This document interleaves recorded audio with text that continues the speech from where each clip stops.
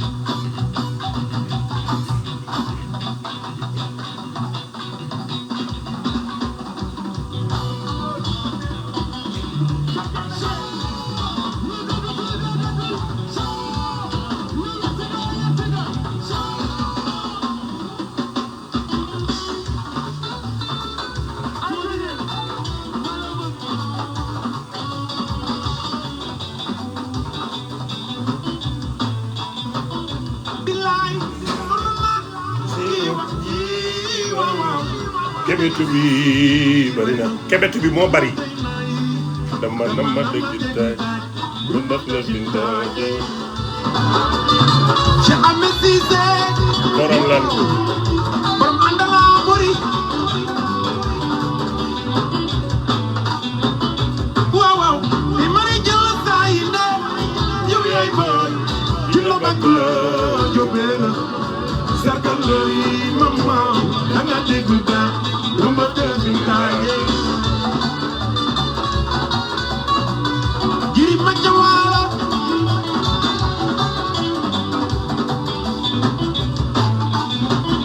waaw waaw ku mel ndawlo yable ma chérie tongo bi moom ni jëru ko dis ko ko gën a danga dégg daaj rumba te bindaaje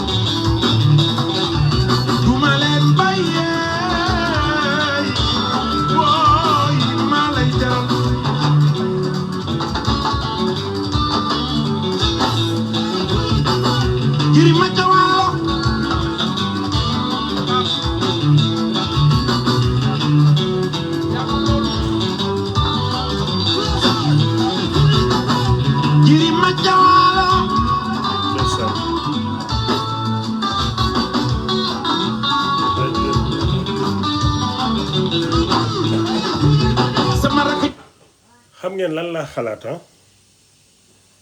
comme everyday xaftaan bu ma sol dama ko simi maye ko duma ko solaat foogu leen ne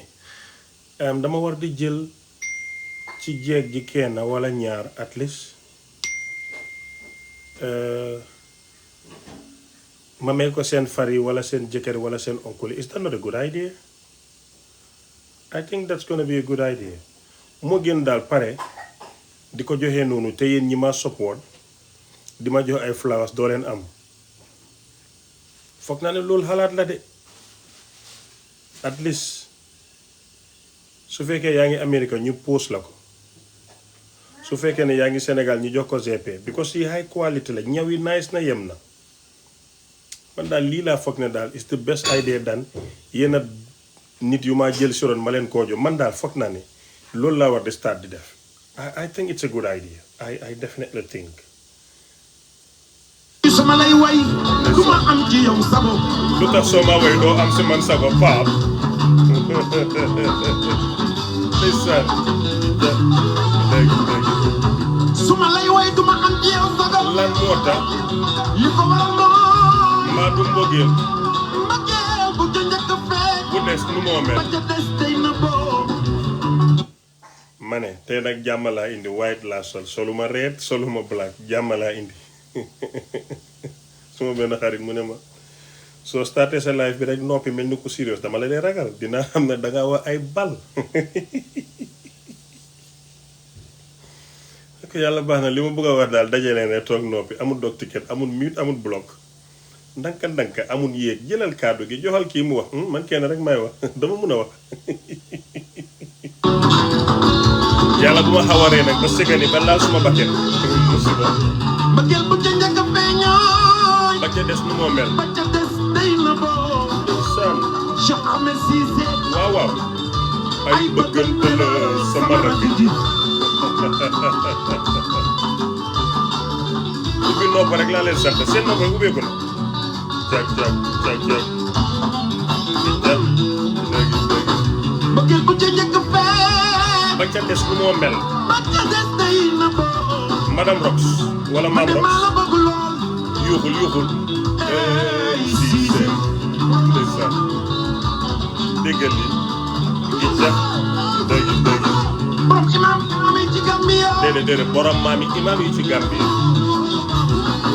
borom maam yi wàllu yi ci Gambia foofu baax na ngi jag léegi borom maam yi imam yi ci Gambia déglu daf maa wóobu mu yàgg mu ne jëri ma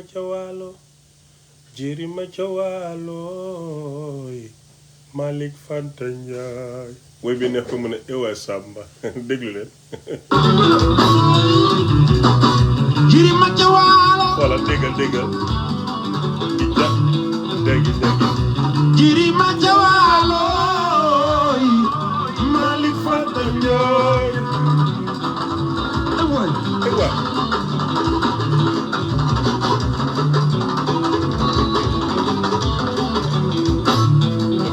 waxeen bay malam tar bindal na ma tee jëriyaan Saalum ñetti nag la ba ko ñetteel ba di waañ ma buur ba buru Saalum fu ñuy tasee mbëggeel bu ca njëkk a fee Pape Diouf mu ne fu ñoo tasee lu dul 7 o'clock taal suñ TikTok bi jàkkaarloo suñ série ubbi suñ noppay ma ne yëg ngeen ne Aïssa Faty génn na li ma laajte mooy dafa dugg a plane dem Gambie moto wala gaal waaye génn moom génn na she is free génn na waaye fan la moo jaar ak fuñ koo teeroo because Aïssa is our sister and we dearly love her fuñ koo teeroo rek laay laaj moor Mor yaay Mor barama nanga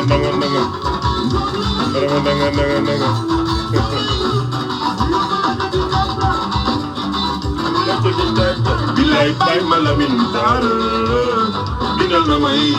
teere jëri yaa nga Saalum ñetti néeg la ba ko ñetteel ba di waañ wa waañu buur la bilaay buur ba buur Saalum ñun fu ñuy tasee waaw Mansoor góor day dëggal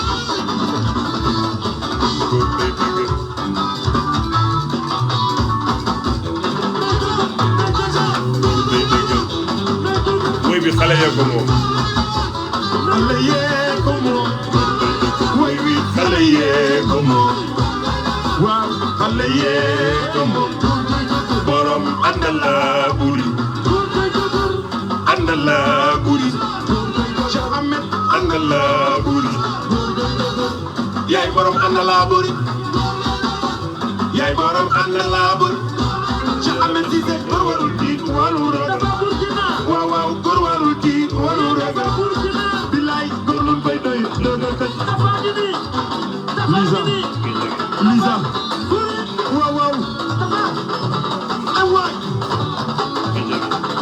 Lisa Lisa kooku Lisa Lisa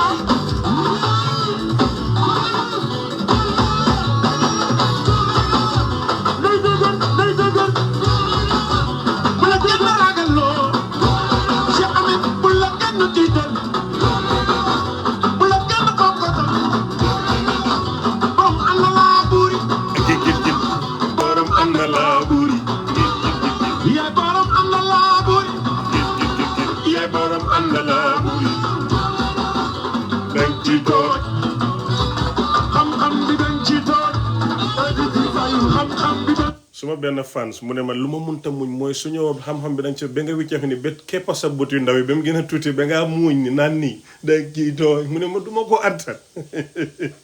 ci tooy xam-xam bi dañ ci tooy xam-xam bi dañ ci tooy xam-xam bi dañ ci tooy waaw góor lu koy doy dégg kay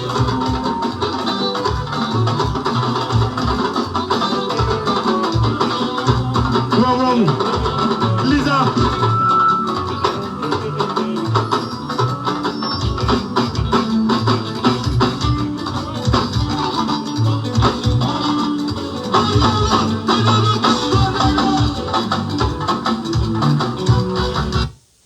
ma ne suma benn xarit la kii koñ bee kaay leen seetaan ay sa ñëw na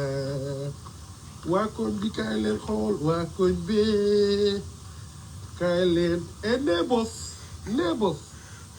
come out Aisa is free where's my neighbors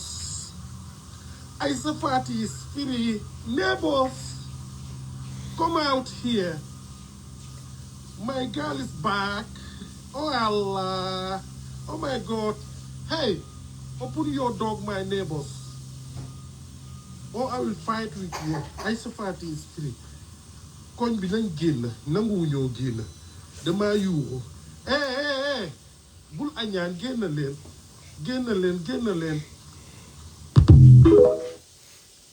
Aliou Sarr yow ñun néebo yi génna neen tëj neen doog yi génna léegi nu ñoo def dag ba gis Aïssa ak fuñ koo gisee saaro bébi ma ne ko saaro bébi Aïssa génna na yéen Aliou Sarr de moo ma ko wax saaro allo sëñ waa saaro naka nga def yow ana suma sëñ bi sa sëriñ baa ngi nii saaro waa Aïssa dafa génna saaro sëñ bi bàyyi ma tama lacce dama dégg ngay oo néebo yi ne ña ñëpp génna si ma ne man naa génna comme man maay sëriñi nandi tey ndax fuñ koo teeroo saaro bàyyi ju teeroo ko siyaatu Everett saaro waa léegi yaakaar dafa mujjee yaakeeku saaro dafa mujjee toog si kaso bi ndax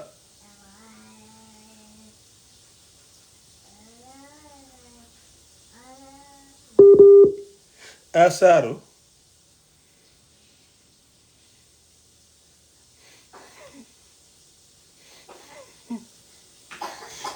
jéeg bi ci Florida del share life bi rek dégg nga yéen saaroo dem na di yéen saaroo dem na moom moo ñu oone néebo si génna si leen néebo si génna ba pare mu ne naa génna ci moom naa ko bàyyi saaroo war na moo def lii uy leen saaroo kaay leen seetaan ay sa ñëw na waa koñ bi kaay leen xool waa koñ bee kaay leen neighbors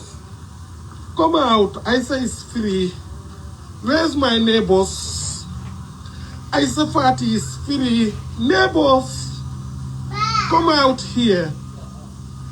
My girl is back. Oh Allah. Oh Allah. Oh my God. Hey, open your door, my neighbors. Or I will fight with you. Aisa Fati is free. Koñ bi nañ génn. nanguwu ñoo génn. Dama yuuxu. Bul añaan génn leen. Waay Samb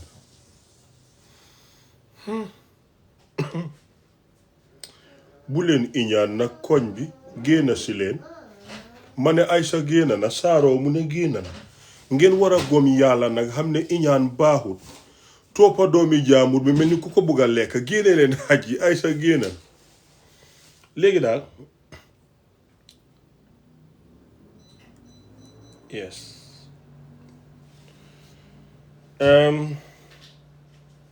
maa ngi leen a wax asalaamaaleykum wa rahmatullahi wa barakaatu Cheikh Ahmed Cissé la xaaral ma ñamal leen zikar tuuti bala ma leen a ñëw waxtaanal dama jënda microphone bu ees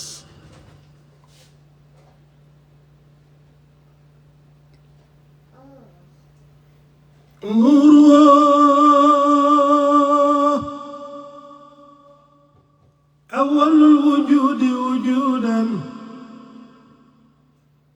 فهو أصل الأصول والأنجال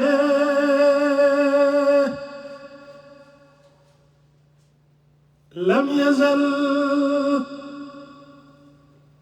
نوره بعين إلهي في انتقال في الكون بعد انتقاله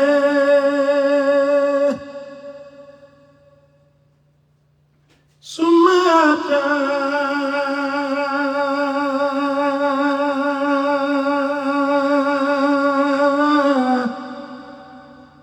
الذي وتجلى نوره في عبد الإله العالي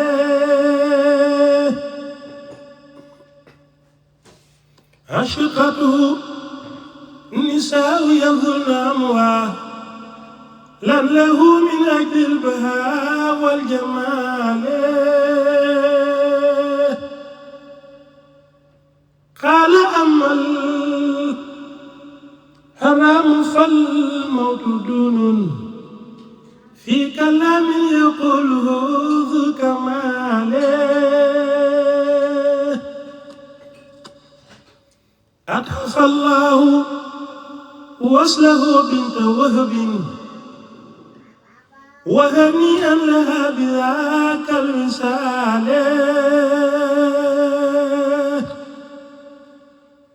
كم أتتها بشائر وهي هبلا برسول يرو لآل المال حين في بطنها شوى قدر شهرين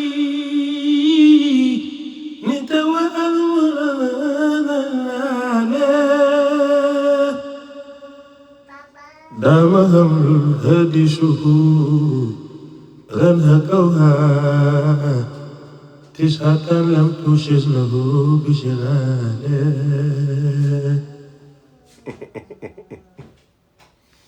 ndey ñoo dut benn dama wax lu leer ñu fu ma xaar fii ma zikar mu neex xool yépp tooy du kum neex mun ko billaahi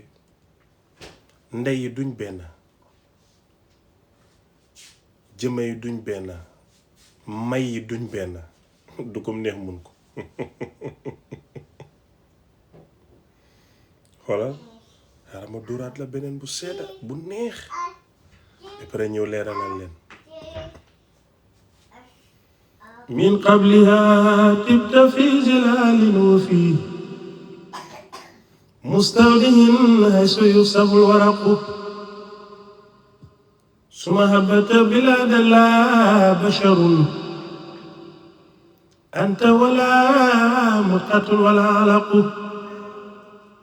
متار تركب السفينة وقد ألجم النسر وأهله الغرق وردت نار الخليل مكتما تجول فيها ولست تهترق تنقل من سالب إلى رهيم إذا مدى لم بدا تبق حتى اهتوى بيتك المهيمن من غند فوليا تحتها نطق وأنت لما ولدت أشرقت الأرض ودعت بنورك الأفق فنحن في ذاك الدعي وفي نور والصبر رشاد نخترق اللهم إنا نسألك بجاه الممدوح عندك والماده أن تعظم وعظنا من ذلك النور ودياه وأن تهدينا إلى سبيل رشاد يا مصطفى من قبل نشأة آدم والكون لم تفتح له أغلاق يا مصطفى من قبل نشأة آدم والكون لم تفتح له أغلاق أيروم مغلوق شناءك بعدما أشنى على أغلاقك الخلاق اللهم صل على سيدنا محمد الفاتح لما أغلق والقاتم لما سبق ناصر الحق بالحق والهادي إلى صراطك المستقيم وعلى آله حق قدره ومقداره العظيم su la neexee ma waxtaane leen lu ma leen bëgg a waxtaane su la neexee ma entertain leen ci zikar seen xol yi di neex yàlla di maye tiyaaba nu ngeen ko bëggee rek dafa am ku doon jéem ak ki mun man dama mun lu leen neex rek ma defal leen ko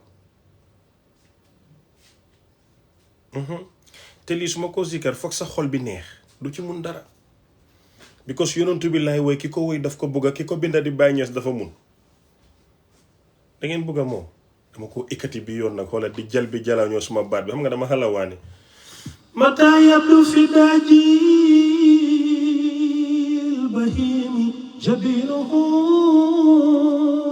yaluux misla misbaahi dujal mutawaqidi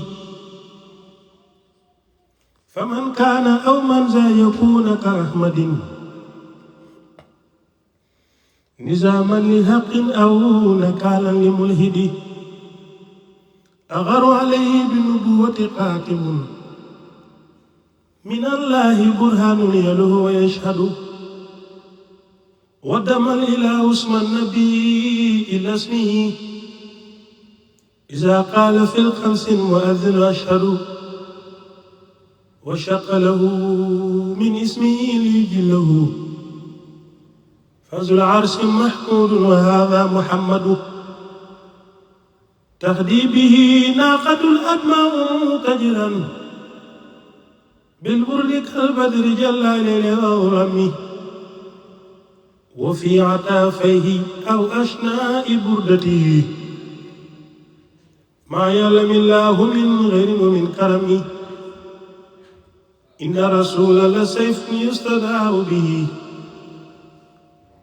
مهند من سيوف الله مسلول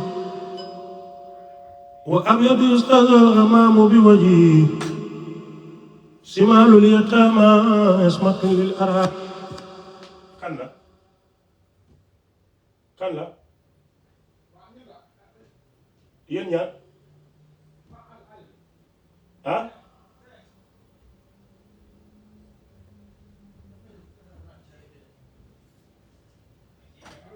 waaw yow kan Aliou ba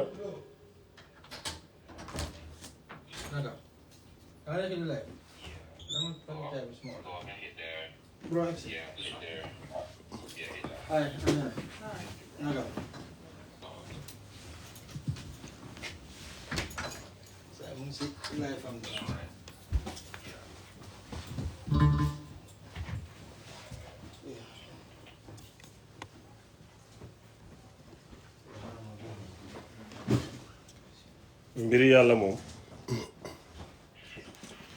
yëg-yëg la rek.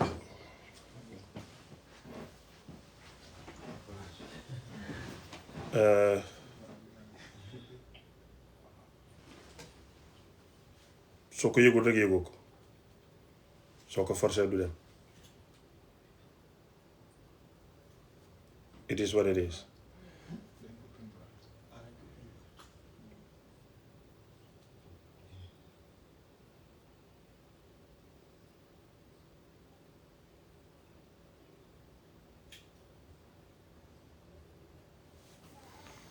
mbaa yéen a ngi ci jàmm bu baax.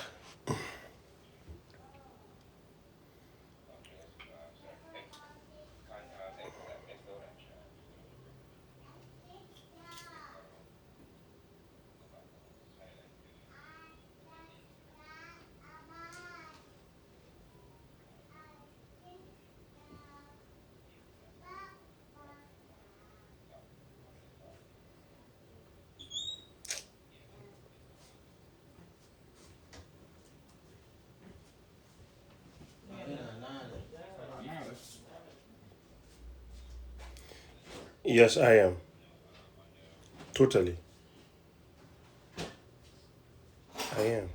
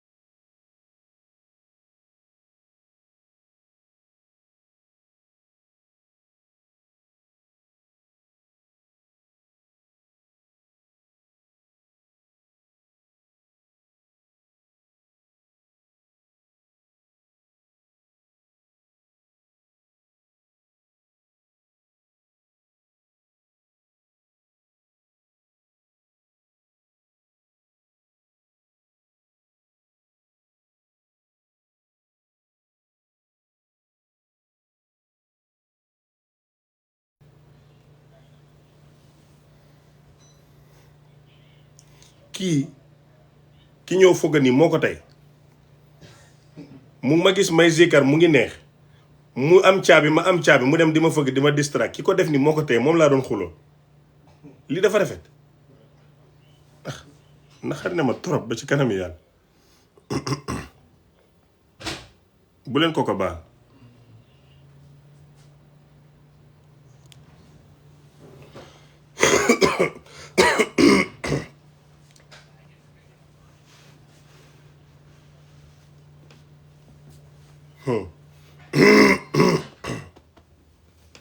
mbaxana bi demee na boobu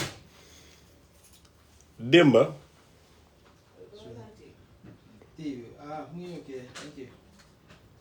den doon wax ñu ne alhamdulillah winning case bi winning case bi Aïcha free na Snapchat TikTok Facebook kenn mënta am jàmm ma ñëw nag pour waxtaan ak yéen benn benn doo dem si beneen appartement bi bureau ma concentré liggéey lu ma liggéey nii pare ci dem Aliou doo dem si beneen appartement bi fële wala nga dugga ci néeg bi ma dóor ko mu daanu waa baax démba ñu toppañu alhamdulillah celebration bi gaaru waale yi mu mel ni àdduna buy tukki la ma ñëw war leen a analyse sal nag ba pare door leen a wax li xew waa ana ndam ci jigéen ju doon mbaraan jigéen joo xam ne danga doon mbaraan nga nax góor fenal ko because different amut ci mbaraan ak cagatu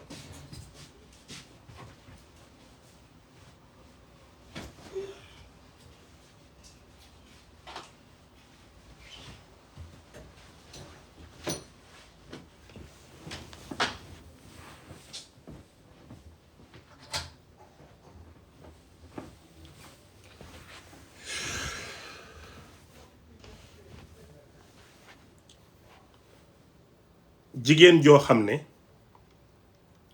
danga doon mbaraan di scam di naxaate ba ñu jàppale yóbbu la ci yoon ñu tëj la Gambie ak Sénégal yëpp ñépp xam ko sa sutura xaawee ko mu doon woy bu ñaaw boo xam ne du fay ba àdduna tukki ñu bàyyi la ko ci kanami àdduna yépp ñu tëj la kaso ñu ne danga biir nga nekkaaleeg sa biir kaso bu xale bi juddoo ëllëg xam ne bi ko yaayam di jafte ci kaso la woon loolu boo ca génnee man dama xamul ana victoire ak ndam lan mooy victoire bi en fait lan la sutura bu xawee ko kenn bëggul ko ci àddina waaye nag gis nga nit soo manqué li ñoo wax jom ak li ñoo wax ngor ak li ñoo wax fulla ak fayda ak kersa sa gàcce danga foog ne ndam la mooy tax nga gis ñu dem sàcc alali jàmbur ba pare di célébrer naan booy danga garaaw ca ba nga noo jamee palanteer bi ak noo fa duggee ma ci kundiit booy kenn du yow they celebrating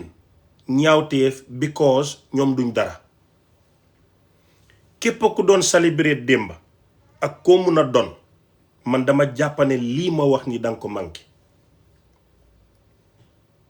ñii di def vidéo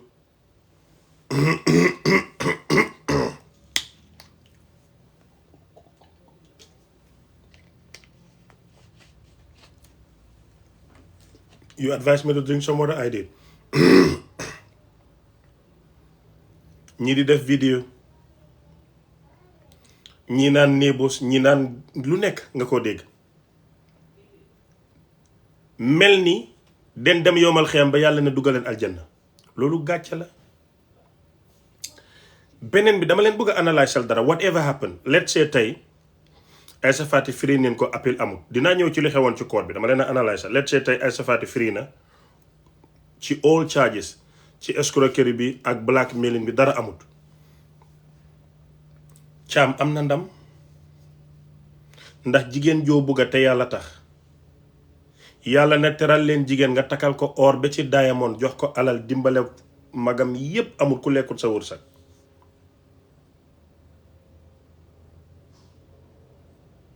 nga ekkati jox leen ñooñu noonu or la mu dem nekkaa faram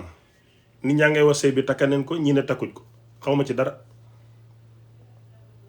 dara leerul ma ci du ma wax lu ma leerul ñu ne nataali rek leen gis waaye gisuñ fu paa yi toogee benn takkaneen Aïssa ak Abdoulaye Bass waaye loolu leerut ma óorut ma léegi jigéen def la loolu mu dem di célébrer 1 year anniversaire ak jëkkëram ak birthday jëkkëram nga fexe bañ jàpp ko tëj ko kaso séparé ko jëkkëram lu war a mut 2 weer dëgg-dëgg am nga ndam point bi dama bëgg ngeen xalaatee fa caam soxlawul xaalis bi vidéo bi ay sa jël te neexut ko xoqatal bi la bëgg mu dakk lim ko naxaral mu daj lu ko raw because dóoru fayu léegi caam teg na ko benn place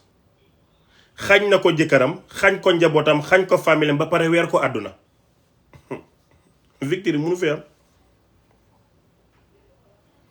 te ma wax leen ko ma waxaat leen ko démba célébrer ngeen ne Aïssa mu ngee ñibbi maa ngi xool pilot moo ko andi wala driver wala capitaine gaal fu moo jaar take these 2 words su Aïssa jéggaluwut fayut du génn kaso man nag suma xeex ak suma combat nekkut ci Cheikh Ahmed nii Cheikh Ahmed na du man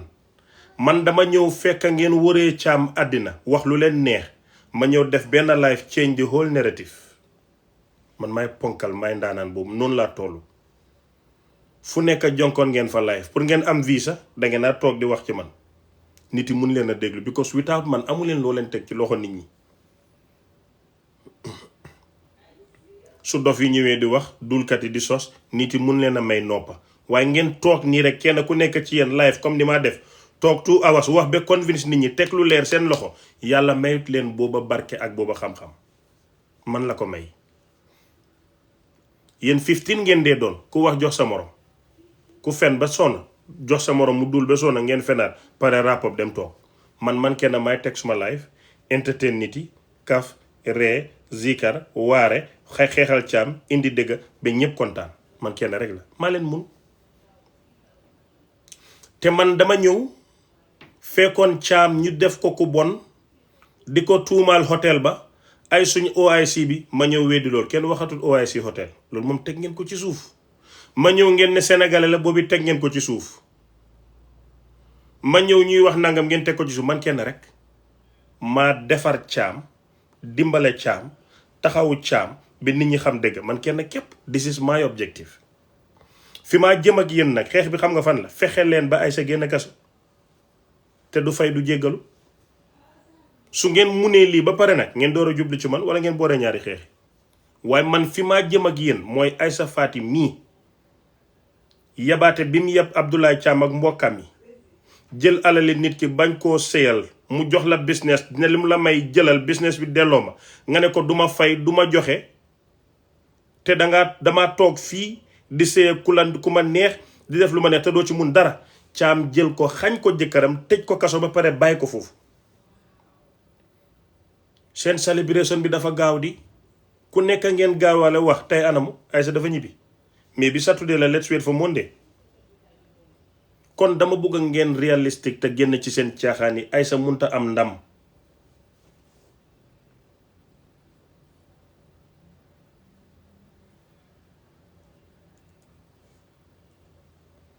dama bëgg ngeen génne ci seen caaxaan yi Aïssa su génnoon tey sax am na woy bu dul fay ba àdduna tukki am na gàcce gu àdduna yépp xam deram yàqu na turam yàqu na mbiram yàqu na loolu laa bëgg ngeen understand dama bëgg ngeen understandee ko that way ndam munu fee am ndam munta am fii that's impossible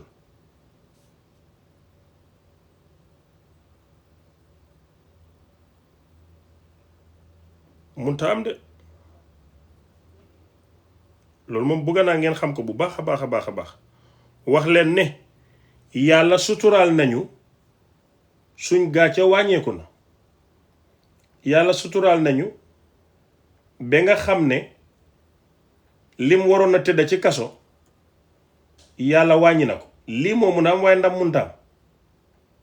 su fekkee ne ay gor leen ñu am mbañ gàcce ak mbañum rus ndam munu cee am su fekkee ne nag den ñàkk a jom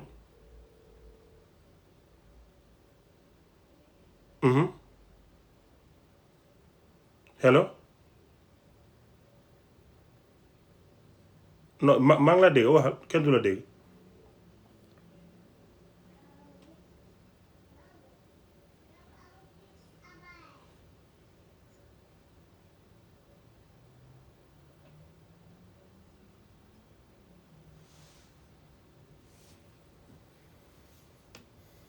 fii dama bëgg a beneen yoon su ngeen a génn di célébrer ka gaaruwaale ka saaga gor yu deful dara di leen xoqatal ka tuumaal ak tiiñal mel ni yéen a moom nit ya Gambia bu leen wax ne am neen ndam munu fee am Aïssa Faty mooy the first and only Gambian ever ku mbaraan ba dugg kaso history boobu moo ko break loolu laa bëgg ngeen understand mu leer loolu dama bëgg ngeen xam ko bu baax a baax a baax a baax a baax kon fii ndam munu fi am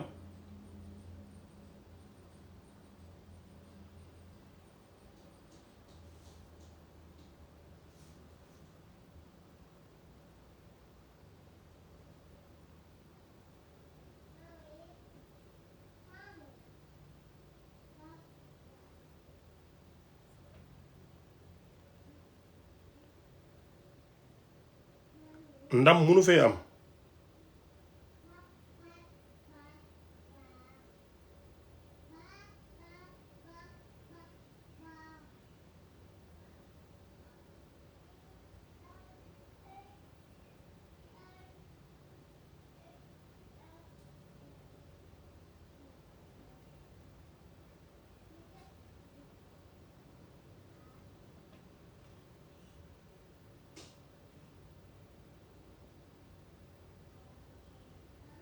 bala leen ma ci la bokk.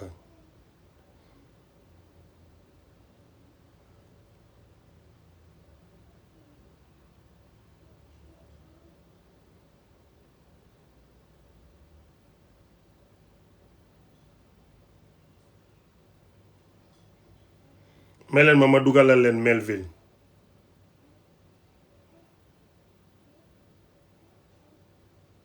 ma dugalal leen mel looya bu mag bi mu wax leen ci wàllu loo lum ci xalaat ak lum ci gis ak lum ci jàng su mel paree ma continuer waxal leen ma mel nag xaar leen ma ubbil leen comments yi mel ñëw ngeen wax ko. oh ok then that's okay, that's fine. soo paree rek mel wax ma dugal la soo paree rek.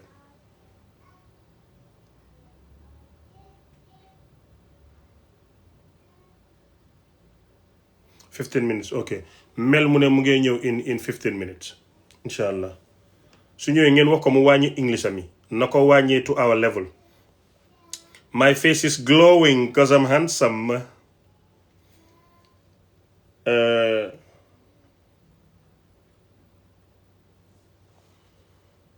li ma bëgg ngeen understand mooy léegi mun ngeen a comment may naa leen loolu comment leen su ma paree su ma neexee dama ko blogaat. joojo doo ma baalal wax ma li nga ma wax nga call ma wala nga bind ma yaa ngi maa distract mënumaa xam li nga bind mënumaa xam li maa def su ma xelan ci lii yaa ngi maa wax rek meet call me where's the mic wax ma li nga ma bëgg a wax ma jàlla ci leneen mbay ma càkk Fatim Ngoone ni nga maa def nii baaxul. joojo suma sister la moo nekk Mississippi lu ma dugal moo ma ci dugal maanaam moom duñ dee réeroo ci dara joojo wax ma mbay. donc Dakar topp ka Aïcha génnul tey génnul suba génnul lundi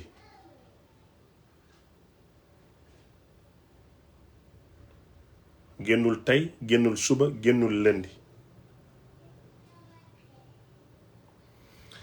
ba pare ma wax leen dara gis nga xeexal lu du dëgg danga dee insecure ku ne caam rek nga saaga ko ku support caam nga saaga ko ne nangam léegi kay wax ji lu ko guddal lu ko gàttal ñu ne dafa génn na ñibbi wala na snap wala na photo gërëm ñi ko doon santa di ko xeexal xanaa kay ku nekkoon kaso 2 weer nit ñi jàppala nit yi di la xeexal di nga génn wax leen jërëjëf.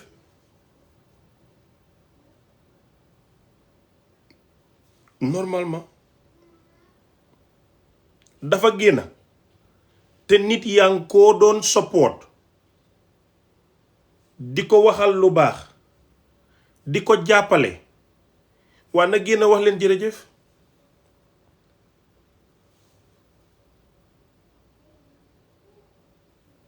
na génn wax leen jërëjëf mu jeex.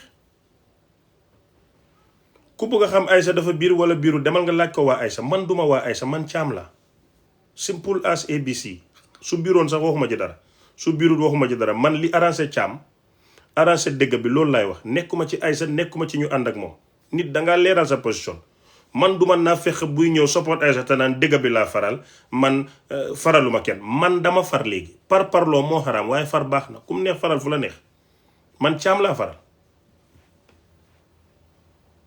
li moom leer na my position I want it to be very clear written in black and white bu ma kenn misjudge ok léegi Aïssa Faty ci boppam mi ngeen a wax ba léegi mu ngi ci kaso bi ba fi ma waxee nii ak yéen Aïssa Faty mu ngi ci prison bi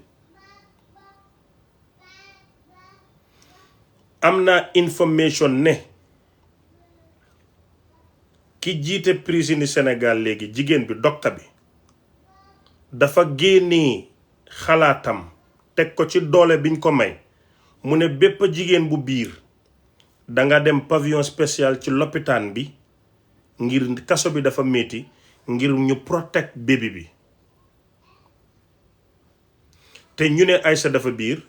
moo tax ñu yóbbu ko foofu mu toogaale fa.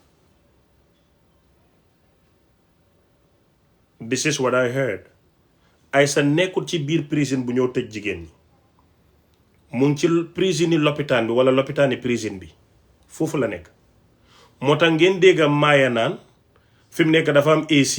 mu ngi ci jaama mu ngi ci ndàngam déedéet lopitaan ba am AC ak ay fan but not fi Aïssa nekk. That's not the truth. loolu du dëgg. ku nekk xam na ne lopitaan dina am fan surtout lopitaan yi jigéenu wéruti dina am AC but not ne Aïssa leen def special treatment mu nekk in a special place ñu defal ko fa AC ak fan. That's not the fact. mu ngi lopitaan lii mooy dëgg. li ko fa yóbbu mu qualify du régler du lijjanti képp ku biir ci kaso bi den laa génnee kaso yóbbu la lopitaan ngir sàmm la jigéenu wérut nga sàmm sa doom. lii moom lu am la moom. ndax nag den lijjanti na Aïssa dafa biir pour mu dugg a toog foofu wala dëgg-dëgg dafa biir I don't know. suñ laa déglu ne yaa war a waxal li nga xam su jeexee nga noppi li ci des nga bàyyee ko ñi ko xam suma xam-xam fii la yam. alright léegi keesi Aïssa Faty bi xewoon Friday ci court house bi gis naa Keks Saane report bi mu report tey dëgg la jaar na yoon. dëgg la jaar na yoon maa ngi ko félicité ci reportam bii tegu na ci yoon. gis nga doomi Adama su fekkee bañuloo ko amuleen problème su defee loo d'accordul criticize ko waaye su rafetee toogal fi nga toogal ni lii dafa rafet. Keks reportam bii jaar na yoon. am na yum fàtte waaye nit mutut xëj na tam xam-xamam eggut fa. lim fàtte mooy bala maa ñëw ci lu Keks fàtte ma wax leen ci court house bi bés buñ doon aate Aïssa Faty demut looyam yi ñépp kenn du fa dee nekk jooj moo fa dee nekk mooy aate jooj bi dafa aate mu ne amuñ evidence yu correct yu mut yu ñu war a tegee daan Aïssa Faty kon case bi dismiss na ko mu order court bi ñu delloo ko téléphone am yi ak yépp jooj bi lii la àtte jooj bi jigéen la ak ñaari jooj yu ndaw yu góor ñoom ñetta ñoo def décision bi ma delloo leen ginnaaw tuuti court bi dafa waxoon ne neen jël téléphone yi Aïssa Faty bi seet fa proof yi caam wax ñu jël téléphone boobu noonu jooj mënu koo xool warut koo xool the justice system dafa am ñu ñoo wax police scientifique mooy cybercriminalité ak benn division ci dikk ñoo war a jël téléphone bi dugal ko seen machine si xool lan moo fa nekk ak lu fa nekkut ñu bind rapport jox ko jooj bi dajale rapport boobu ak li caam complet noonu ak li xew ci court bi mu door a joxe jooj bi nag bi moo àtte ba léegi seetu téléphone yi Aïssa bi ubbiwu ko xoolu ko ndax moom warut koo ubbi mënut koo ubbi dafa am ñu ko war a ubbi ñooñu ubbiwuñ ko ba tey laaluñ téléphone bi loolu Keks reportut ko daf ko fàtte xëy na information am eegul foofu léegi looy dégg naa Keks mu ne caam du amut éene pour appeal man ma ne maay Abdoulaye Thiam will appeal léegi nag appeali Thiam bi fan la ko teg pour lan mu war a appeal te jooj bi àtte ba pare xam nga man su ngeen ma dégloo dama leen a wax ba pare wax leen reason di tegal leen lu leer ba pare analyse leen ngeen dem moo tax ku leen duul du ngeen ko yëg léegi ban reason moo tax jooj bu compétent àtte ba pare Abdoulaye Thiam ne dafa appeal fan la ko teg fi mu ko teg mooy jooj bi ci boppam dafa àtte case bi te fi gën a am evidence muy mobile yi Aïssa Faty bi ba tey ubbiwul ko jooj bi ubbiwut ko léegi nag su appelé appel bi daf koo teg ci li nga àtte doyut ma dafa am beneen court bu ñoo dem te ñoo startaat process bi yëpp la ñoo start bloc téléphone bi ay sa du si jotaat li xewoon nii liñ doon jibilee démba naan neey boos génn leen loolu den koo scratch mu ngi mel ni ñoom ay sa den score goal waaye ñu ngee dem VAR xool ñu ne non bii mbaga bi dafa offside du goal ñu cancel ko su léegi VAR la ñoo dem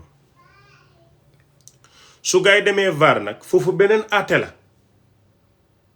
process bi dafa restart again àtte boobu moo gën a serious bi ñooñu ñoo gën a mag ñi den koo àtte léegi nag Monday la appel bi di dugga su duggee rek dañoo bloqué yëpp ñu yóbbu ko ci beneen étu àttekaay bu gën a mag bi ñu lëñ bët li ñëlee àtte yan évidence moo ñëw yan moo manqué lan leen soxla su loolu yëpp amee nag ñu ne ñi li ñëlee àtte d'accord neen dëgg caam amuloo fi benn ndam demal nga toog wala dëgg justice bi moo juum fii lii dafa waroon a ñëw lii la tëj neen ay sa lii moo happen léegi nag ñoom den doon wax ne déglu leen bu baax ne Sénégal Abdoulaye Thiam dafa jënd jooji yéen a ngeen fàttale ko loolu ñu ngi doon wax ne maa ngi leen a ubbi ngeen comment tuuti barkelu den after dama ko tëjaat because maa moom suma TikTok kum naxari nga génne dem yéen a ngi doon wax ne ay Abdoulaye Thiam dafa jënd jooji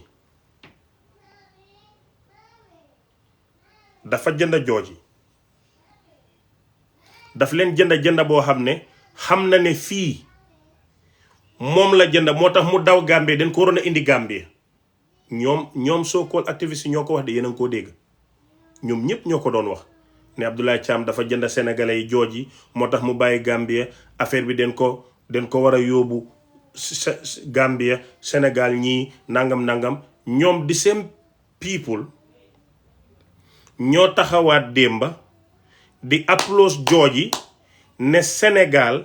am na droit dëgg la because Thiam luus na kon maa ngi leen naa xamal ne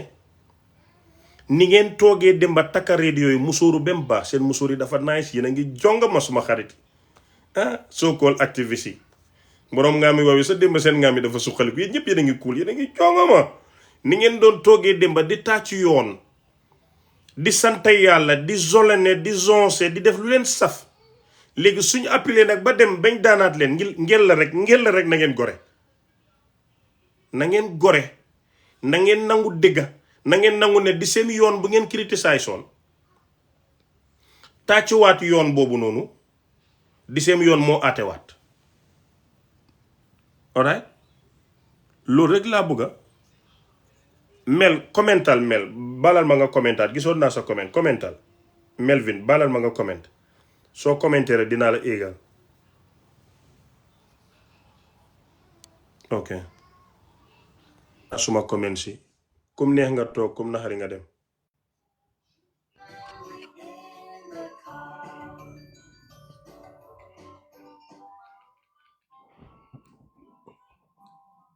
Hello. Mel naka nga def I'm good, thank you. Can you hear me clearly? yes I can Okay, good. mbaa yaa ngi ci jàmm waa xale bi moom da moo laa nax pour nga nelaw wala yaa ko nax pour mu nelaw Whichever. He's my boss. moo taxit de misigam bi mu ngi ñëw si noppi liste na si de Let me lower it. Okay. It's gone now. maa ngi laa nuyu bu baax Mel Yeah, Mangla knew you too. non den dewa maa ngi laa fay noonu maa ngi laa nuyu maa ngi laa fay Okay, Mangla Fay. ok ki ngeen dégg muy wax nii Melvin Roberts la tudda lawyer la My name is Melville, not Melvin. waxaat ko ma dégg Melville. dina ma jël 5 years No. No, like you say Ville, Dakar, Ville. Melville Robertson. Robertson.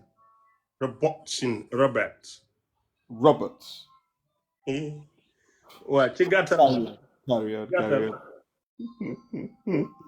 tur bi dafa compliqué ak man Melville Roberts moo nekk nii muy nit ku yàlla may xam-xam ci wàllum yoon bokkut ak benn Cheikh Ahmed boo xam ne dafa xëy sanc rek pesal mbaxanam di wax lu ko neex kii dafa jàng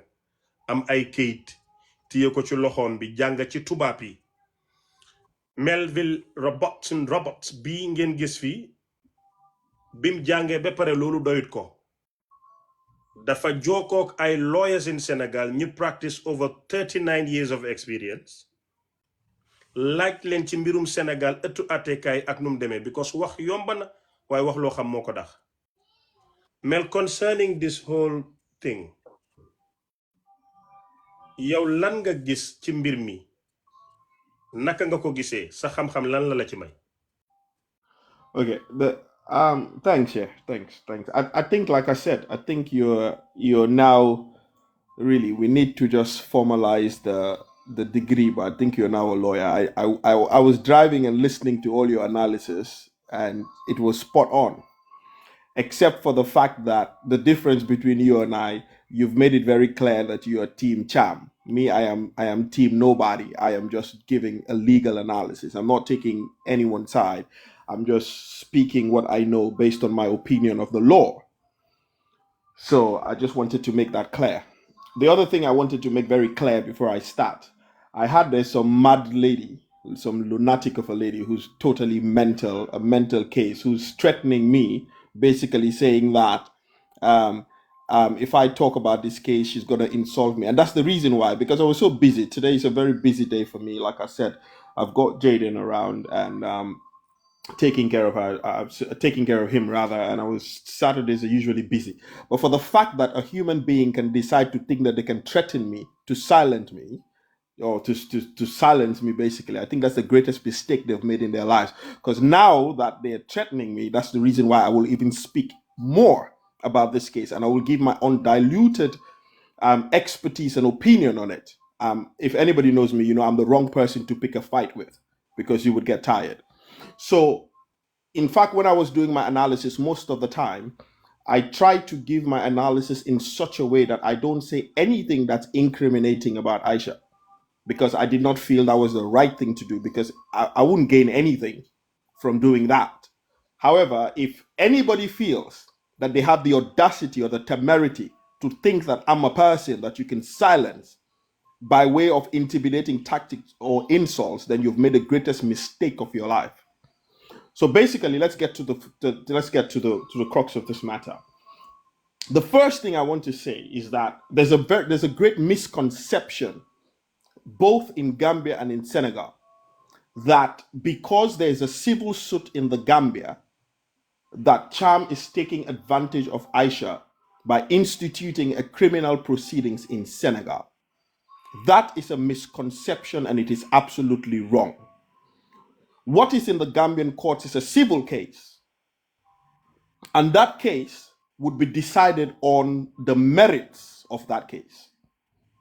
What is in Senegal is a criminal case, and there is no law, rule, or regulation anywhere in the world, be it in Senegal, in Gambia, in England, in America, wherever it is, that if you have a civil matter, you cannot institute a criminal matter. Cham, I believe, holds Senegalese citizenship. Cham, I believe, was in Senegal when the alleged threat occurred, or blackmail, and I'm using the word alleged. So he has every right to make a criminal complaint in the Senegalese courts. Mm-hmm. So what is going on in Senegal is purely a criminal matter, and it's got nothing to do with a civil matter in Gambia. So that is the first thing we need to know. The second thing we need to understand about this case that has just been decided is that I personally, as a lawyer, I think the case was judged it was fundamentally wrong. Fundamentally wrong in the sense that when a person makes a criminal complaint against an individual, And now that person has, by way of evidence, and I'll call it corroborative evidence, which is actually corroborating the story. What I mean by corroborating is the person goes and says, Sheikh slapped me. That is an allegation. Now, when Sheikh comes and Sheikh sends me an audio, and in Sheikh's own voice, Sheikh is telling me, you're lucky that when I slapped you, your eyes are still intact. That is, whatever I said that you are lucky that I slapped you is corroborating the alleged complaint that I made, the allegation that I made. Xam-xam du pexe. So when the audio was played in court, where Aisha actually accepted that that was her voice and that she sent a threatening message to Cham, it was irrelevant whatsoever for the court to disregard that audio because Aisha has accepted in open court that that was her voice. And that audio corroborated the story of what Cham said. Now, if Aisha had said to the court that this is not my voice, then it will be for Cham to prove to the court that that is the voice of Aisha. Because he who alleges must prove. But the mere fact that Aisha in open court has attested and agreed that yes, this is my voice,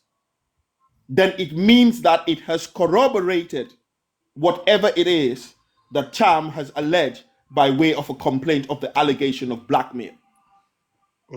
Now, the police seized the phone of Aisha.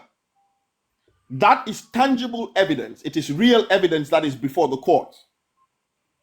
Under no circumstances whatsoever, should the court not have given an order for the cybercrime unit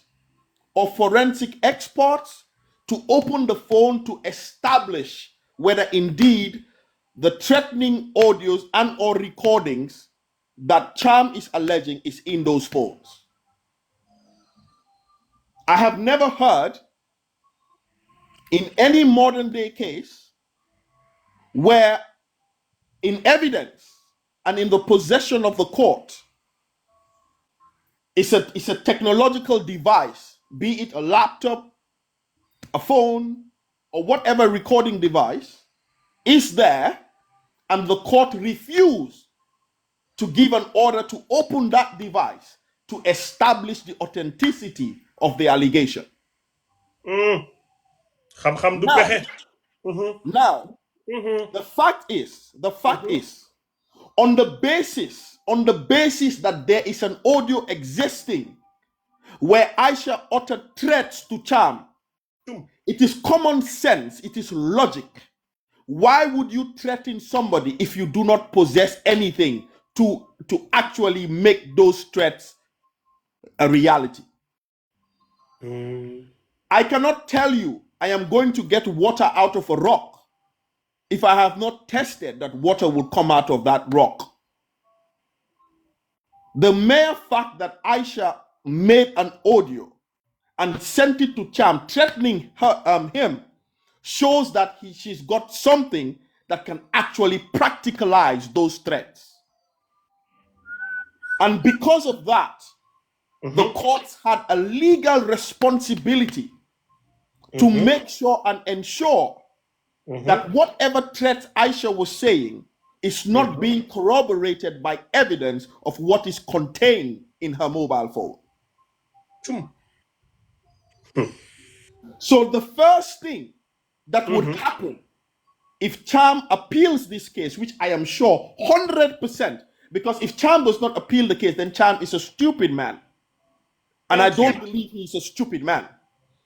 If Cham does not appeal the case, then his lawyers are useless. And I don't think the lawyers are useless. Because the basis of appeal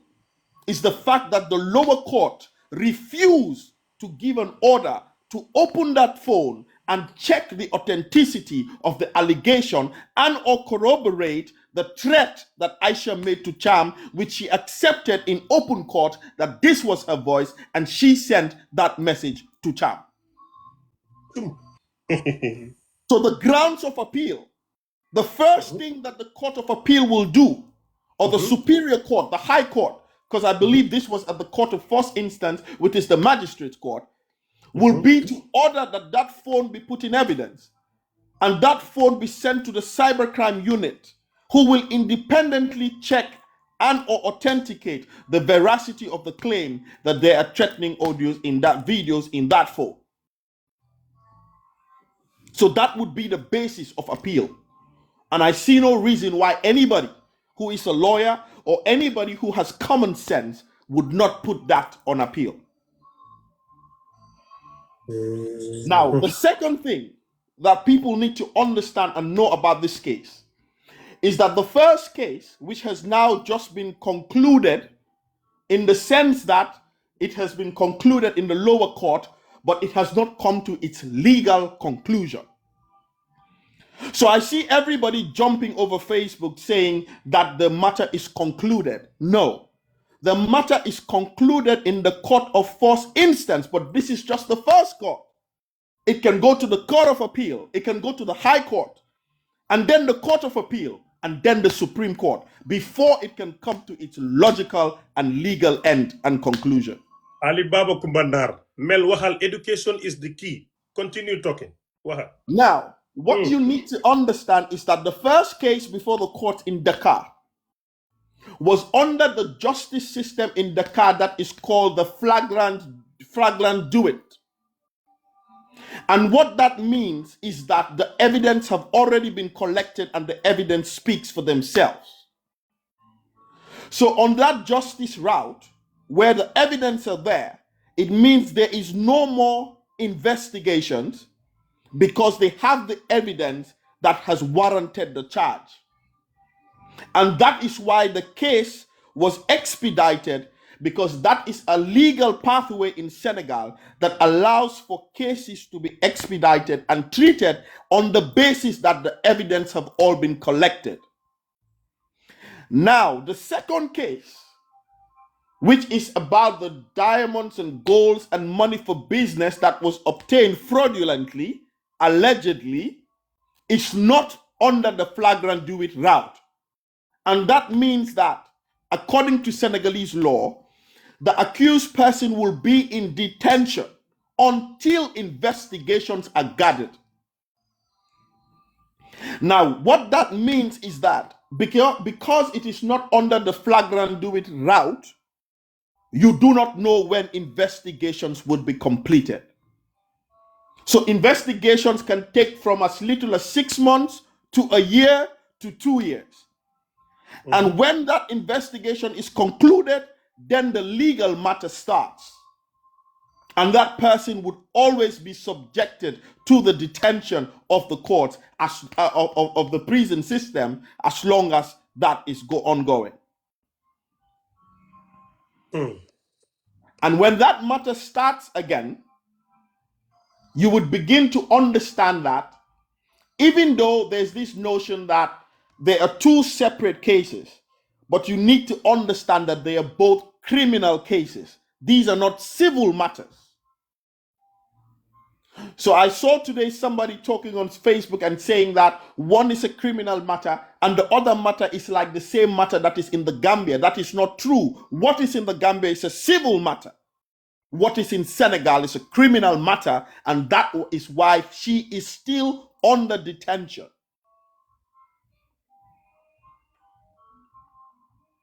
So that is the basis of the charge.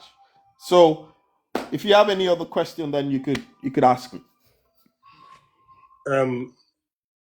Question bi ma am moy comme demba ñun ñi nga xam nga yow da nga independent yow wax nga ko waye ñun ci team Aisha Fatty ñu ngi doon celebrate ne Aisha bàyyi neen ko case bi jeexna ci sa xam-xam ci law Aisha mu ngi dafa génn kaso mu ngi ñibbi wala ba tey mu ngi ci prison bi. So she's still on the prison detention. Oh, kon ñun suñu And that is celebration why bi I ba tey ñu wrote ngi on my Jamaica. Facebook. That is why I wrote on my Facebook yesterday, and I asked the question,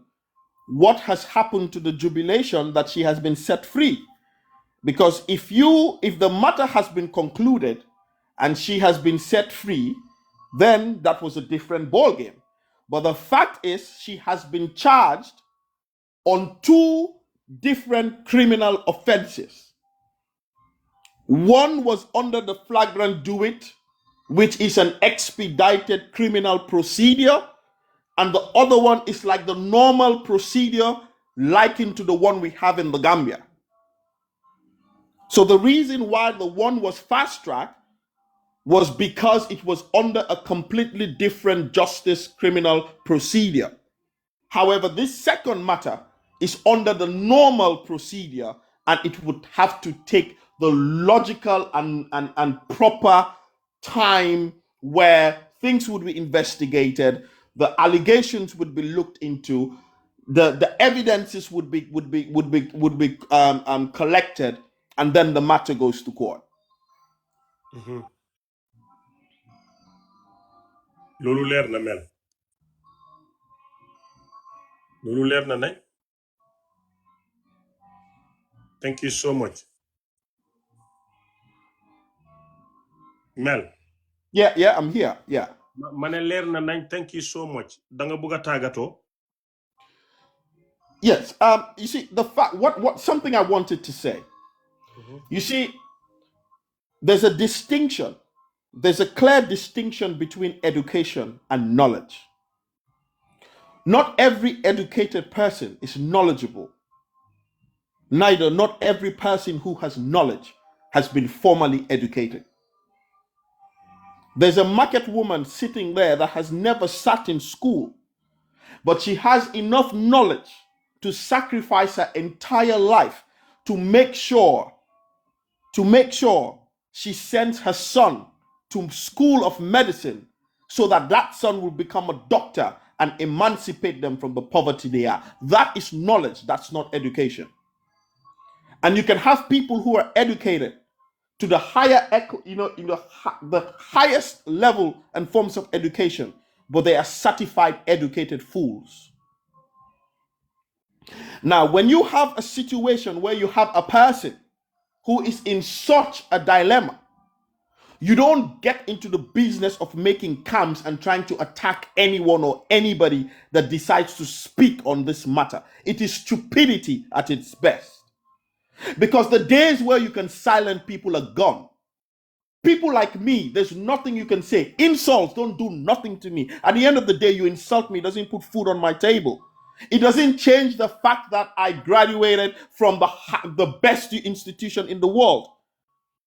Why will I respond to a certified lunatic, an idiot who's sitting down in a corner? You have to beg to eat, and you try to insult me. Why would I? And why do you think that your insults would stop me from speaking my mind? It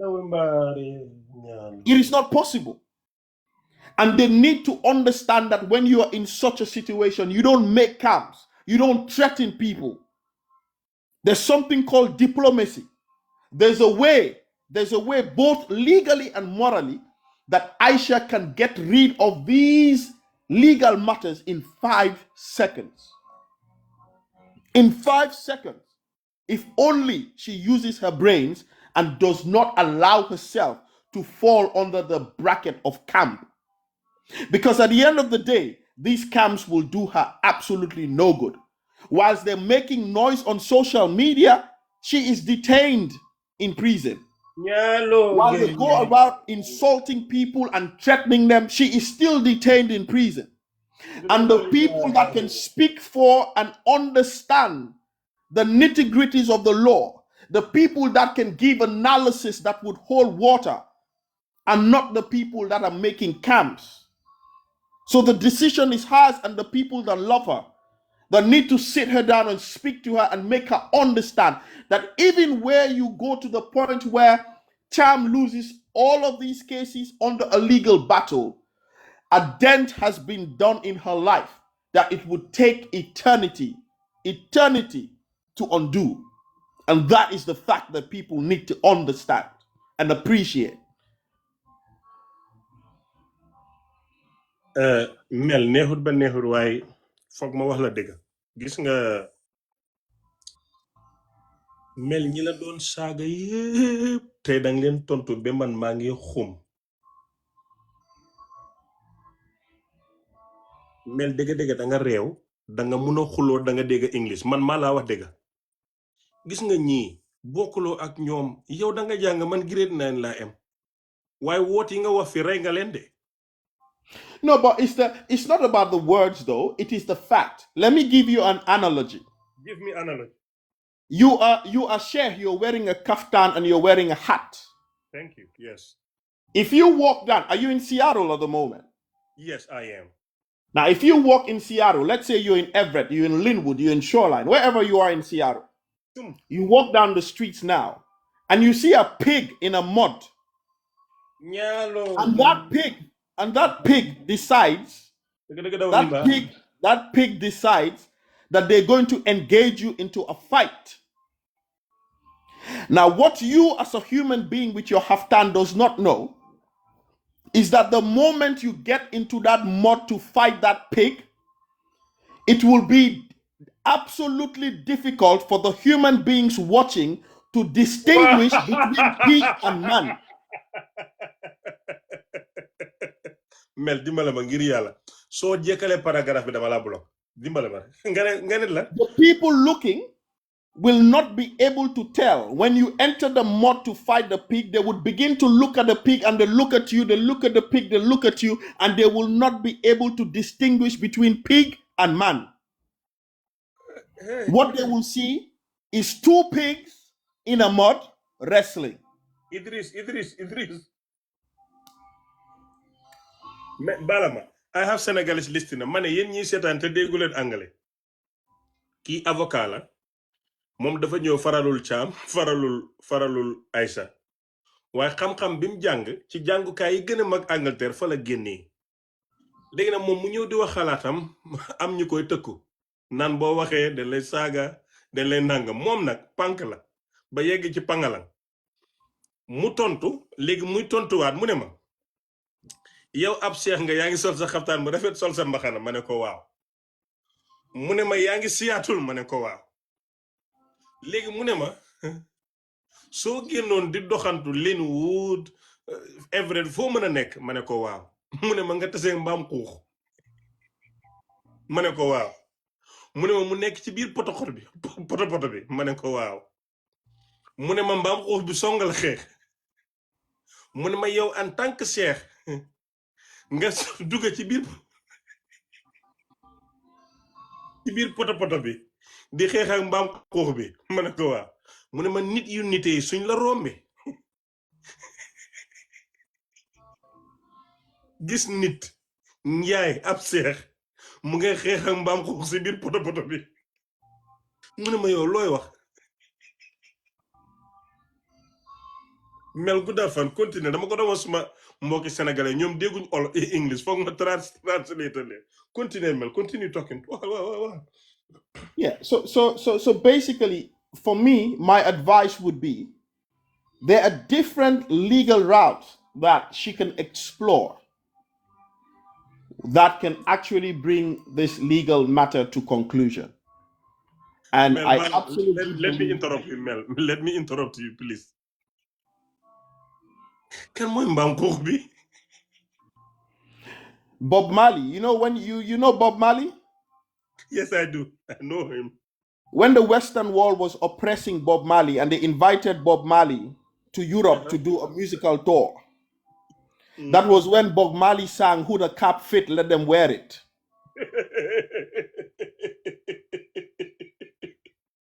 Mel dëgg man tey lay door a xam ne ku amul xam-xam mënuloo xuloo nga ne Bob Marley lu mu wax biñ ko doon oppress mu ne emancipate yourself from mental slavery. And when the Western people started asking who he was referring to, he made another song and he said, "Who the cap fit, let them wear it." Okay, mané yeen sénégalais yi fi nek té déggu len anglais dama ko laaj yow li nga wax ni yeb kan moy mbam ko ci xam-xamam ak mëna tontu mu ne Bob Marley bi ko tuba bi di sonna dafa woy-woyam rek mu ne ku mbaxana mi jot rek solal maanaam tuddul kenn léegi nag ku tontu rek yaay mbaam ko Mel continue talking preach them Mel waaw No. That was all for me. I mean, if you have any legal question or anybody has a legal question that I can answer, that's it. If not, then I'll let you get on. waaye man tam dinaa la wax dara xam nga man maay waxa man la concern ku mel ni Fat Diagne kooku du sa morom du sa classe so su la waxee dara yow danga ko war a tontu because mu ngi laa threaten directly di tudda sa tur Fat Diagne.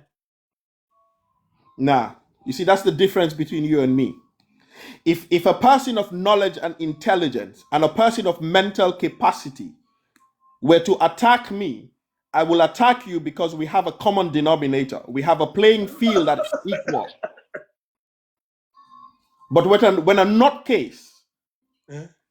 a person whose mental capacity has been tested and tried, and it has been determined that that person is fit for no other place than a mental asylum, I cannot engage with that person. I'm sorry. Balal ma ngir yàlla repeat the sentence bi nga ne if a person please. No, when you're done, you can watch what I said again. Mel dama la bëgga dama ko wax ma ne ko dafa am ku ko wax dara mu ne moom Mel mu ne li ko utale man ak moom mooy su nit amul xel ñoradi tooy wayadi dof perte sa àdduna sa xel mi dem ba tubaab bi saytu la ba xool ne sa xel mi neexut bañ jox la kayite asylum mi ku xelam neexut moom Melvin du la tontu ba tey tuddut kenn de moom tuddut kenn mu ne daal ku tardé kaar bi bàyyi la fi boos bi bàyyi la fi yow wéruloo nga empty amoo dara loo war a wax nga feebar ba bi nga ñëw ci tubaab bi de la diagnose xam ne yow wéruloo ñu jox la asylum mi ko boppam bi toon digg mu ne moom mi jógee Oxford University mu ne du la tontu lii la wax yéen ñu déggut English Mel. Yeah, like I said, yeah, for me that's it. We now watch and see what I definitely feel that they're going to appeal the judgment at the lower court. It will go to the high court, and then I'm sure at some point they would have to give an order for that phone to be sent to the cybercrime unit, because remember the complaint was done under the cybercrime route, which is criminalized in Senegal. So after they have done that,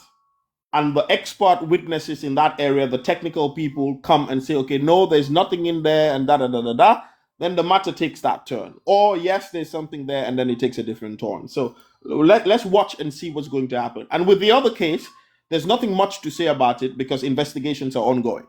So until investigations are complete and a formal court proceeding starts, there's really nothing much that one could say about that case. Mel. Sëriñ Nandi tey simil naa la mbaxana. I respect you, sir. The feeling is mutual. I respect you as well. Thank you. All right. Take care. Bye.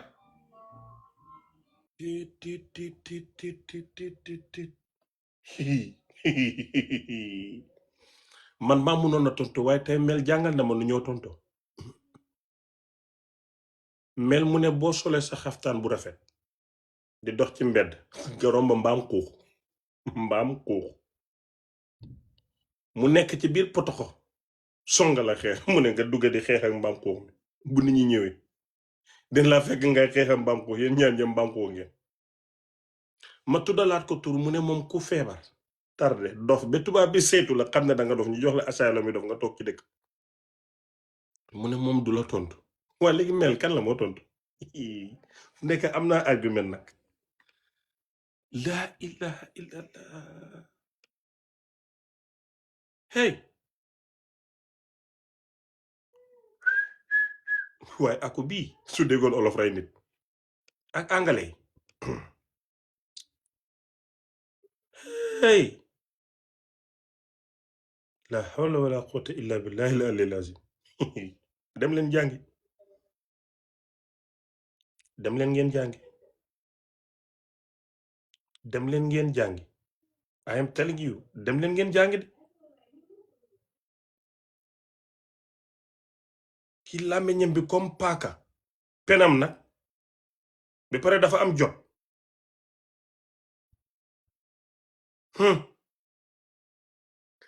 man de mel dafa tëj suma gémmiñ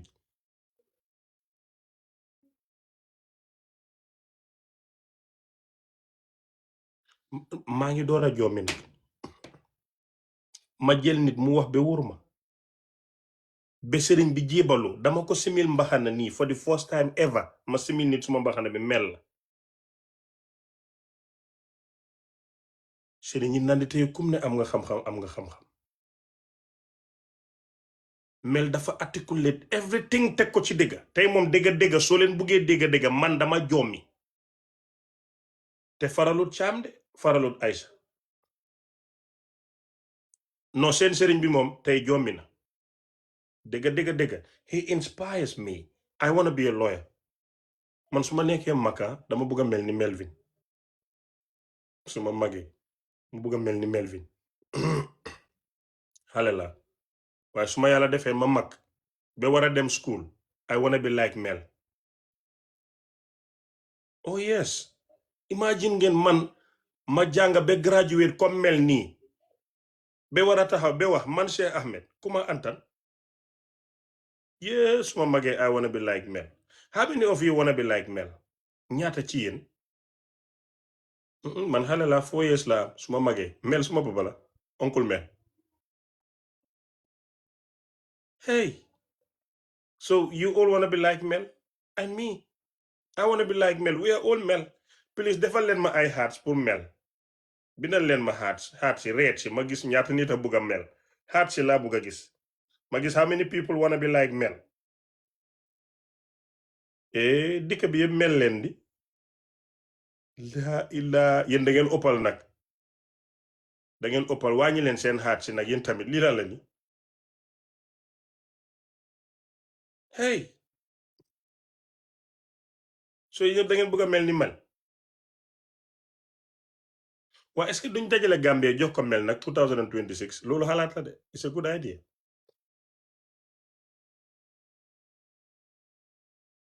est-ce que duñ jël réew mi jox ko Mel 2026 jëli Mel Angleterre jox ko Gambie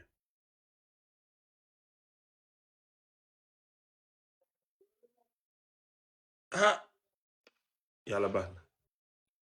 kon daal li ma leen bëgg a xamal mooy Aïssa Faty génnut ci kaso bi te waxoon naa leen ne su miracle amee ba miracle am mu war a génn kaso it will take another 60 days génnut tey génnut ëllëg ñi tëdda nag di seben seen boppa ñoom ñooy tooy alhamdulilah am neen ndam win neen toog leen ngeen xaar ba Aïssa génna ba toog nii di waxtaan ak ay nitam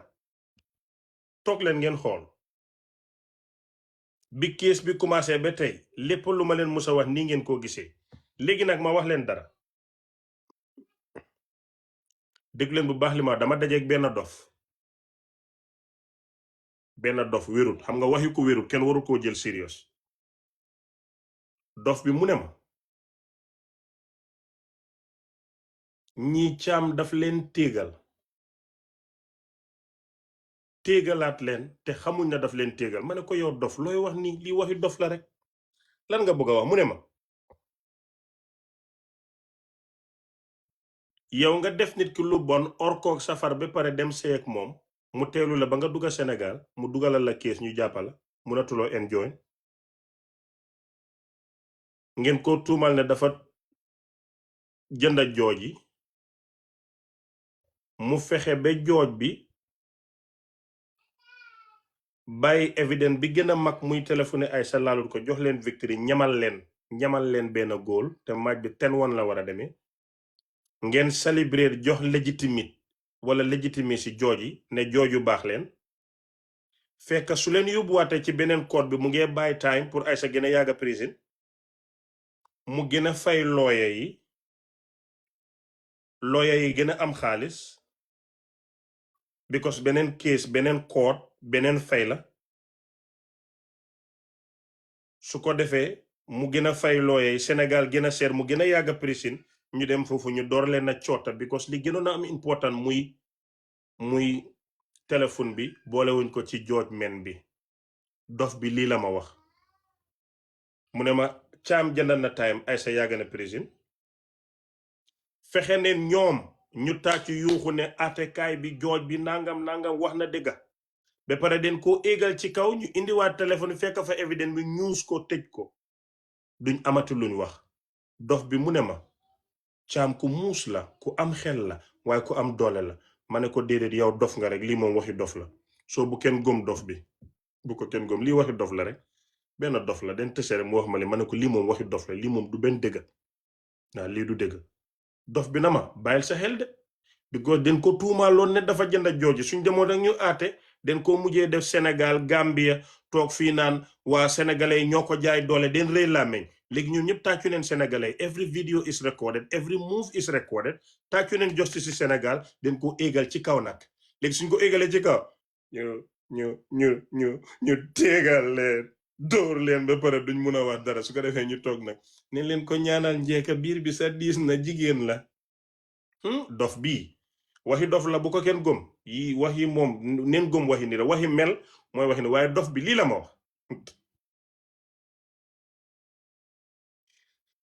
dof bi dof bi ma ne ko dof bi tamit yow wax nga mbir de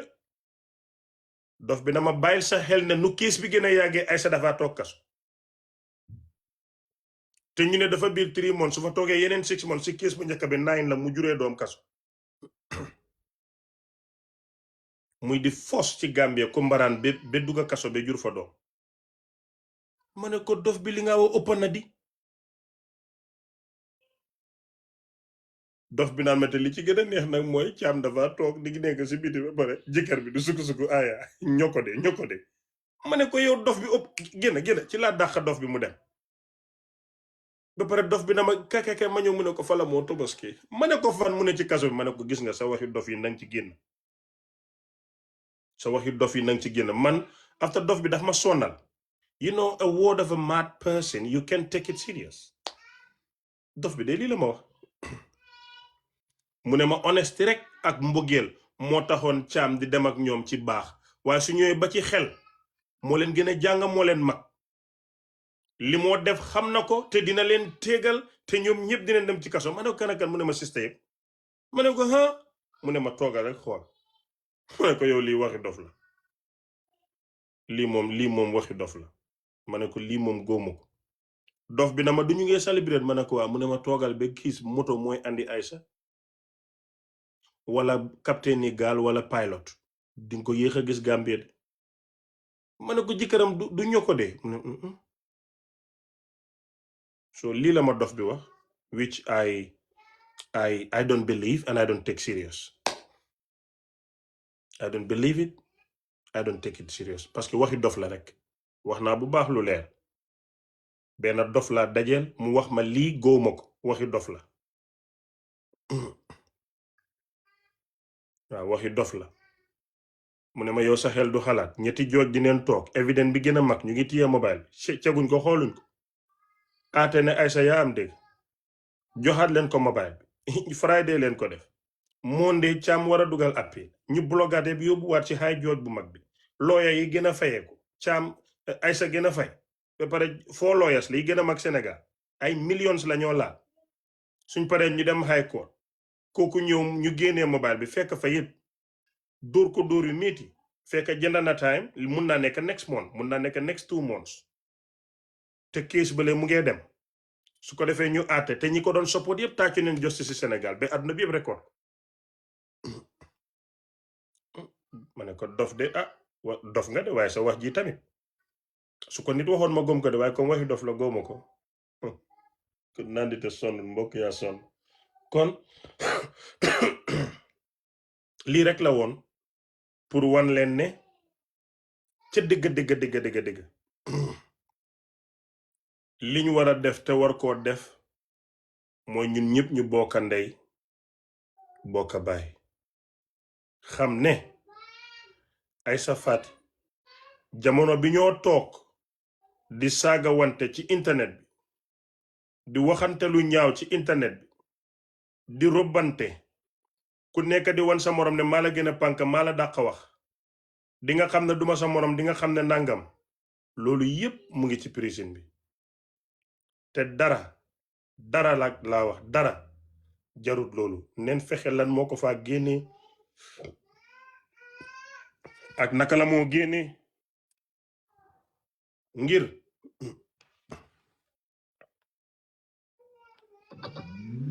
neen fexe lan moo ko génnee ak naka lam faa génnee ngir jàppale biñ koo jàppale ak ndimbal li mu mun a dem li daal laa ci xam waaye tey toog nii rek di defante ku nekk di jaay sa morom ne man maa la mun maa la gën a pànka Aïssa dafa yàgg ci prison bi dafa toog te Dakar dafa métti de famille bi li ñoo daj ñoom rek ko xam te ñu ci bari waxata leen dañoo waxtaan rek di taal live di xëbal di yuuxu di fajale seen mer di nangam waaye joxewuñ benn dërëm jaralut leen sax dog ticket jugee ko fuñ dëkk dem seeti Aïssa ci kaso bi ñu nga toog rek di clock in di clock out di lijjanti seen xaalis toppatoo seen bopp te loolu rafetut baaxut kii dafa biir te jigéen la dafa tooñ na jéggalu mbaa mu fay waaye dëgër gat gi ngeen nekkee nii nañ leen dem rek yéen waaye nag bu leen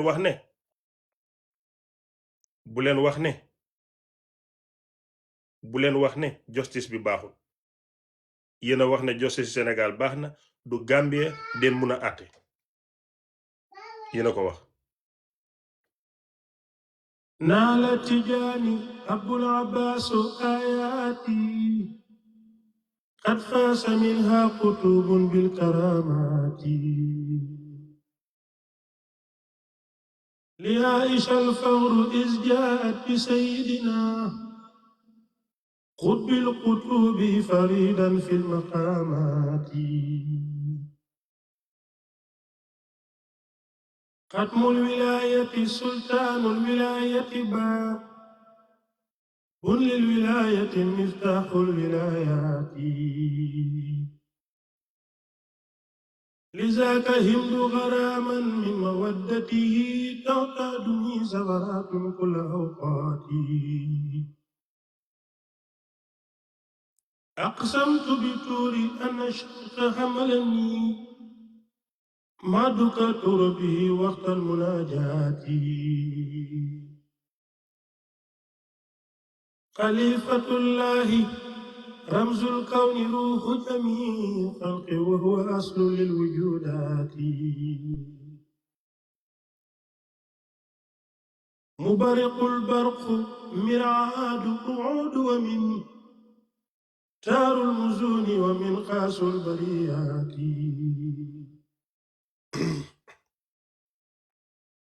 تلك المكارم لا قربان من لبن تلك الوراثة من أعلى الأرومات هذا ابن فاطمة فرع نبوتها ذات أحمد القدم موطن للمقامات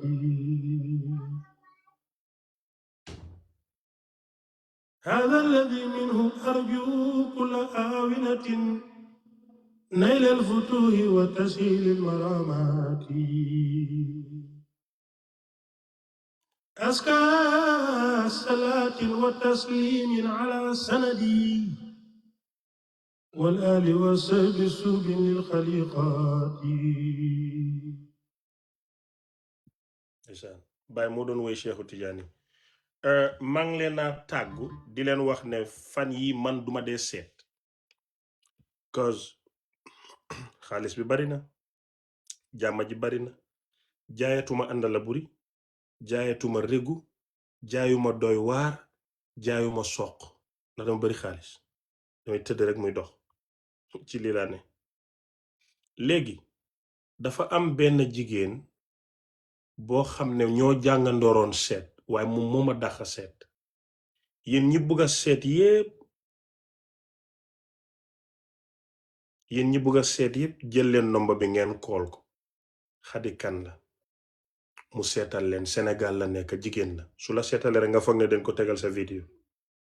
+221 77 290 0728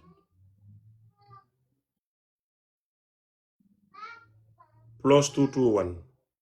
77 290 0728 numéro bii laa xam man ku dàq seet ci àddina mu ngi nii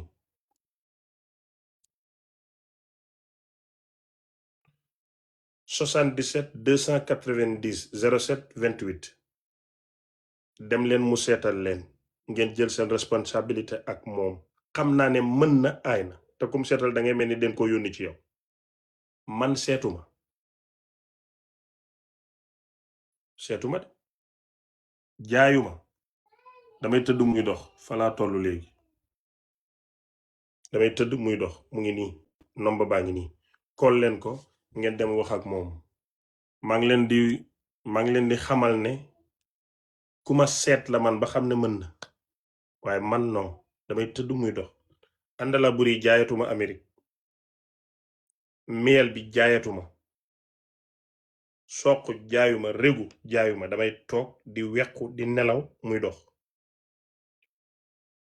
fii laa toll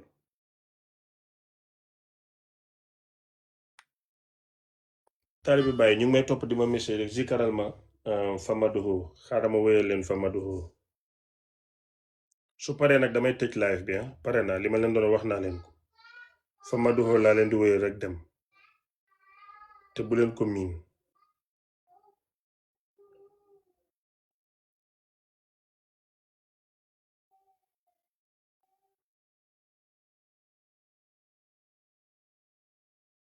ana mu sax moom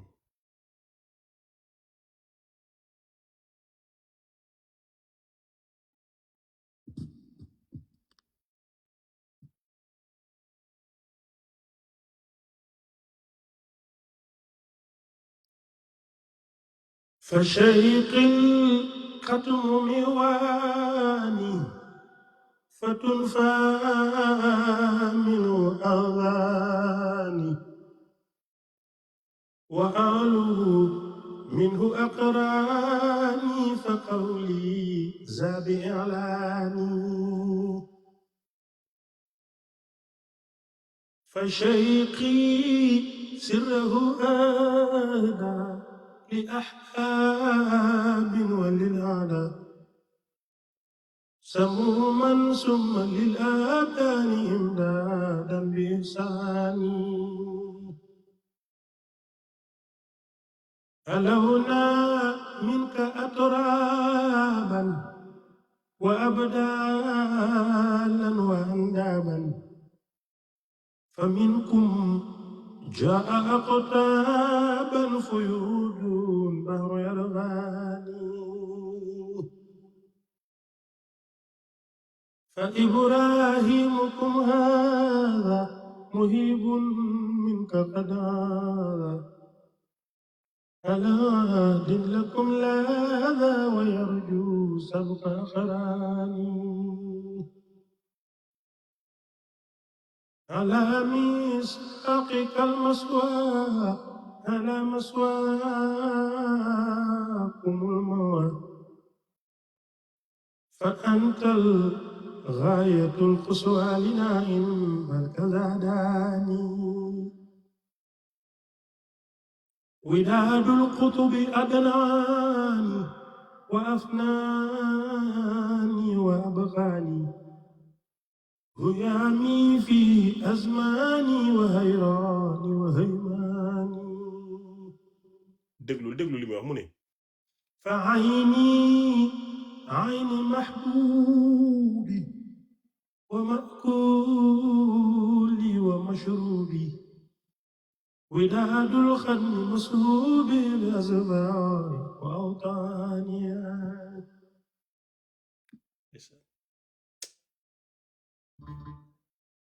dëgg dama mun dama aay dama garaaw benn waa mu ne dama la dee mere nga zikar ma kontaan lii nga ñëw woo waxi caga ma mere la kenn xamul nuñ laa def ma ne leen bàyyi leen ma ni ma yàlla bindi soo xoolee suma bopp bu compliqué beeg bee jaawi ngeen xam ne kii du niti kese ju boppam mu dem jërë ngeen jëf man la neexoon ma taal suma live bi xam ngeen loolu xam ngeen lu ca tegu man la moo ne ma ñuus koo fay dem leen tëddi get out suma taalaate bu